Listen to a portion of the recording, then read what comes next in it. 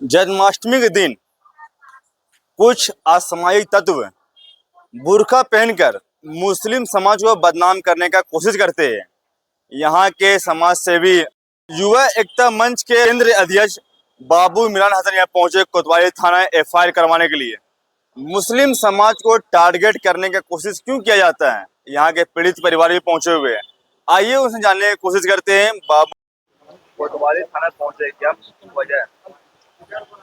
वजह यही है कि कल जो घटना हुई है वो हम ही लोग देख के थाना को इन्फॉर्मेशन दिए हैं। थाना की गाड़ी कल खड़ी हुई थी मेन रोड पे, जन्माष्टमी का टाइम था और एक बंदा बुर्का पहन के निकला था जो बोलता है कि मैं अपनी वाइफ को ढूंढने के लिए निकले थे।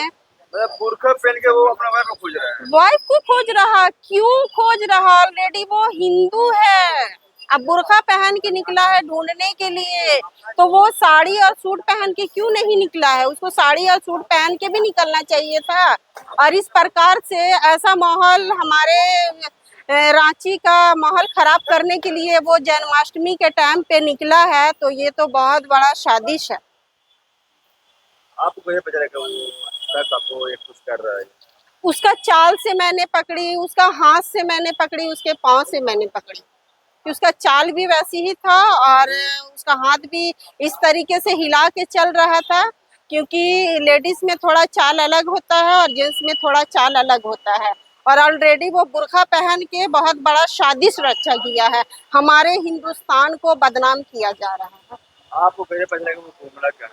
गुमला को ऑलरेडी हम लोग थाना पे यहाँ पे आए तो थाना पकड़ के लेके आए कोतवाली थाना पे, तो कोतवाली थाना के बाद में आने के बाद पता चला है, जो यहाँ के बड़ा बाबू वो पूछे हैं कि तुम कहाँ के रहने वाले हो, जो ओडी पे थे सर, तो बोले कि मैं गुमला का रहने वाला हूँ और मेरे दोस्त बोले थे मुझे नकाब पहनने के लिए, तो मैं उसमें आवाज उठाई कि तुम अपना दोस्त को यहाँ पे बुलाओ और अपना दोस्त को नंबर, तो वो भी बरकरार दिया है। बोलता है कि एक बस में मिला था एक बंदा, मेरे को ऐसे बोला कि तुम बुर्का पहन के अपनी वाइफ को पकड़ो, तो ये बहुत बड़ा चाल है, हम ये चीज को मानना नहीं चाहते हैं। मेरा नाम नुसरत परवीन हुआ, मैं रांची की रहने वाली हूँ, थाना सुखदेवनगर। कोतवाली थाना पहुंचे, क्या मकसद है पहुंचने का?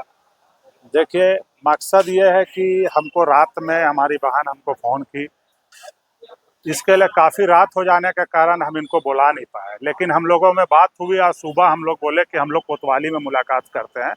जब हम लोग यहाँ पे आए तो काफ़ी रात में भी बात हुई और अभी भी बात हुई, जब हम लोग समझे कि एक हिंदू व्यक्ति नकाब पहन करके, मतलब पूरा एक मुस्लिम का वेशभूषा तैयार करके, जन्माष्टमी का दिन जो फ्राईलाल में जो एक गैदरिंग होता है वहाँ पे मतलब घूमना, किसी षड्यंत्र का अंदेशा देना है, किसी साजिश का अंदेशा देना है। आप उनसे मालूम चलेगा वो हिंदू समाज के? यह हमारी बहन भी बताई हमको कि हिंदू समाज का है, ये गुमला में रहने वाले, गुमला जिला का कहीं रहने वाले हैं और ये एजेंटी का काम करते हैं। लेकिन गुमला से रांची आना मतलब कहीं ना कहीं शक का दायरे में आता है कि किसी न किसी घटना को अंजाम देने का साजिश रचा जा रहा है। इसके पीछे भी कुछ लोग हैं, ये अकेला व्यक्ति नहीं होगा। आप सोचिए कि यही क्यों पकड़ाया, उतना दूर से जो वो पहन करके आया यहाँ पे पकड़ाता है और वो अपना पारिवारिक मामला बता करके पल्ला झाड़ने का प्रयास किया जा रहा है। हम लोग प्रशासन से भी आग्रह करते हैं कि उस पर जांच होनी चाहिए, उसके पीछे किन किन लोगों का हाथ है, क्या मकसद था, क्या इंटेंशन था, क्या मतलब शहर में हंगामा करना चाह रहे थे। तो भाई बात है कि हंगामा तो छोड़िए, हंगामा तो हंगामा, साथ में ये मुसलमानों को बदनाम करने की साजिश रची जा रही है। ये पहला बार नहीं, आए दिन आप लव जिहाद का मामला हो, किसी तरह का मामला हो, कभी मंदिर का मामला हो, मस्जिद का मामला हो, तो इस तरह का मामला में मुसलमान को ही समेटा जाता है। आखिर क्यों?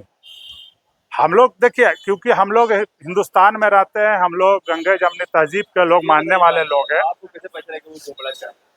अभी यहाँ आने के बाद हम लोग पूछे, उनका परिवार भी आया हुआ, उनसे हम लोग पूछे तो गुमला का है, लेकिन कहीं ना कहीं उनके बातों में जो है ना, मतलब देखने को मिल रहा है, समझने को मिल रहा है कि अलग अलग बात हो रही है। उसकी माँ कुछ बयान दे रही है, उसका बेटा बयान कुछ दे रहा है, तो कहीं ना कहीं इस पे कुछ गंभीर मामला है। इसके लेकर के हम लोग प्रशासन से मिले हैं, अभी एफआईआर भी होगी, उस पर हम लोग चाहेंगे कि जांच होनी चाहिए। जिला प्रशासन का आश्वासन है कि आप एफआईआर कीजिए, हम लोग उस पर कार्रवाई करेंगे। देखिए, मुस्लिम समाज को टारगेट इसलिए किया जाता है कि यहाँ पे एक राजनीति होती है, अगर राजनीति लोग नहीं करे तो उनका पार्टी चलेगा नहीं। आज भारतीय जनता पार्टी हो या और भी अदर पार्टी हो, सभी का पेट में दर्द होता है कि मुसलमान को ही सॉफ्ट टारगेट किया जाए, मुसलमान ही एक सॉफ्ट टारगेट है, क्योंकि हम लोग एक बर्दाश्त करने वाला, एक सहने वाले हम लोग व्यक्ति है। लेकिन उस वक्त तक जब तक बर्दाश्त है, उसके बाद हम लोग सहने नहीं, और हम लोग सहते भी नहीं। जरूरत पड़ेगा सड़क से लेकर सदन तक लड़ने की भी जरूरत होगा, इंशाल्लाह हम लोग हर टाइम तक जाएंगे।